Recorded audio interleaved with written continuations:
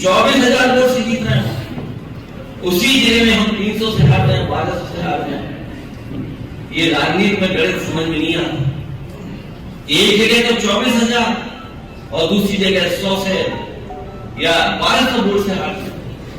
और पिछली बार मैंने चुनाव के बाद सभी हारे हुए प्रत्याशियों को बुलाया और हारे हुए प्रत्याशियों से बातचीत करके और एक बहुत जानकार जो चुनाव के बारे में जानकारी रखता है उस डेटा एक्सपर्ट को बुलवाया और मैंने आमने सामने बातचीत कराई और निकल करके आया कि अगर हम लोगों ने अपने बूथों पर 2% या 3% वोट बढ़ा दिया होता तो आज भारतीय जनता पार्टी की सरकार नहीं होती। उत्तर प्रदेश में समाचार पहले 2-3% वो मैं सब बूथों के लिए नहीं कह रहा हूं। केवल समाजवादी पार्टी के कार्यकर्ता नेताओं ने अपने मजबूत बूथों पर केवल 2%, 3% और 5% तक वोट बढ़ाया होता तो आज उत्तर प्रदेश में समाजवादियों की बहुमत की सरकार होती। इसलिए हम लोगों ने सरकार खो दी। हम आप सबसे अपील कर रहे हैं क्योंकि असली संघर्ष आपको करना है। असली लड़ाई जो जमीन पर होती है चुनाव में वो हमारा कार्यकर्ता और बूथ एजेंट का काम है। इसलिए अपने कार्यकर्ता से और अपने बूथ एजेंट से हम अपील करना चाहते हैं कि ये चुनाव आपका अपना चुनाव है। जहां नेताजी को श्रद्धांजलि देने का चुनाव है वहीं समाजवादी पार्टी की प्रतिष्ठा का भी चुनाव है। इसलिए बूथ पर तैयारी कर करके एक एक वोट समाजवादी पार्टी के पक्ष में। इतना अच्छा नहीं लिखा उन्होंने, लेकिन जब हमारे बीच में नहीं रहे तो सबसे अच्छा अगर किसी ने विश्लेषण किया तो वो अंग्रेजी प्रेस से लेकर के हिंदी के अखबार और हिंदी के बड़े बड़े लोगों ने लिखे। इसलिए जहां नेताजी जो रास्ता दिखा भी रहे हैं उस रास्ते पे चल करके हम लोग को मिलकर के समाजवादी विचारधारा को और मजबूत बनाना। जहां नेताजी जनता के नेता रहे, जमीन से जुड़े रहे, वहीं हमारी आपकी जिम्मेदारी बनती है कि जो संघर्ष नेताजी ने जनता का और जमीन पर रहकर के किया है उस संघर्ष को और मजबूत बना करके हमें वोट के माध्यम से ऐसे खासे जीतना है। आज जिन परिस्थितियों में हम और आप हैं, आर्थिक, सामाजिक, राजनीतिक लड़ाई अभी अधूरी है। जो संघर्ष हमें करना था, जहां तक हम लोग के नेताजी लेके गए, अब जिम्मेदारी हमारी आपकी बनती है कि उससे आगे भी लेकर गए। विधानसभा में अगर लोग मन बना ले तो मुझे लगता है कि कोई बूथ ऐसा नहीं जो हम लोग पीछे छूट जाए। कुछ बूथ हैं जहां हम लोग नहीं मुकाबला कर पा रहे हैं, लेकिन ये चुनाव ऐसा नहीं है कि वहां के लोग आपके साथ न खड़े हो जाए। अगर हम और आप लोग पहुंच जाएंगे तो मैं समझता हूं वो भी आपके साथ खड़े होकर के समाजवादी पार्टी के साथ खड़े होंगे। इसलिए मैं आपसे निवेदन करना चाहता हूं और अपील भी करता हूं कि जो विरोधी पार्टी के लोग हैं वो कुछ भी साजिश कर सकते हैं। उनके स्टेटमेंट आ रहे हैं और उनके स्टेटमेंट ऐसे आ रहे हैं, वो आप भी पढ़ रहे होंगे।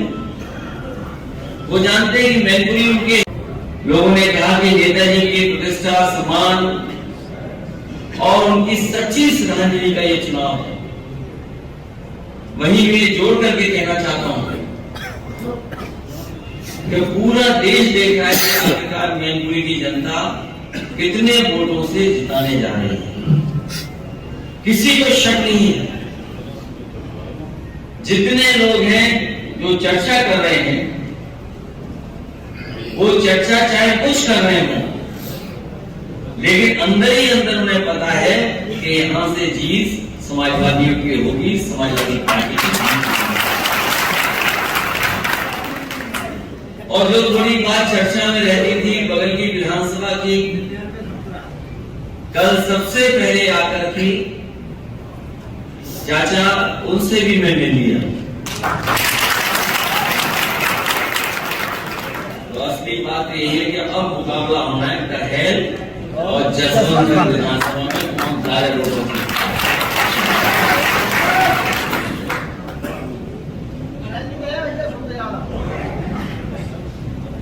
अगर गहरे मन बना ले तो मुकाबला बहुत कड़ा हो जाएगा, बहुत आगे हो जाएगा।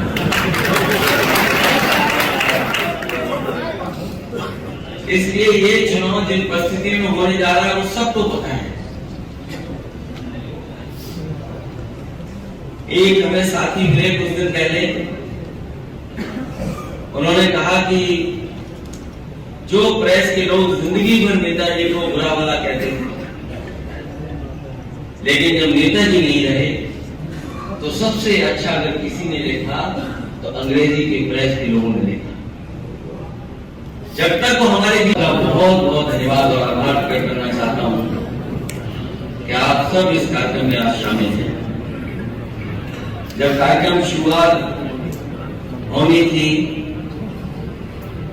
किस विधानसभा से सबसे पहले कार्यक्रम शुरू हो, तो हम सब लोगों ने मिलकर के यही तय किया कि जिस विधानसभा ने आपको चुनकर के विधानसभा में पहुंचाया है, उसी विधानसभा के कार्यकर्ताओं से मिलकर के उसी विधानसभा,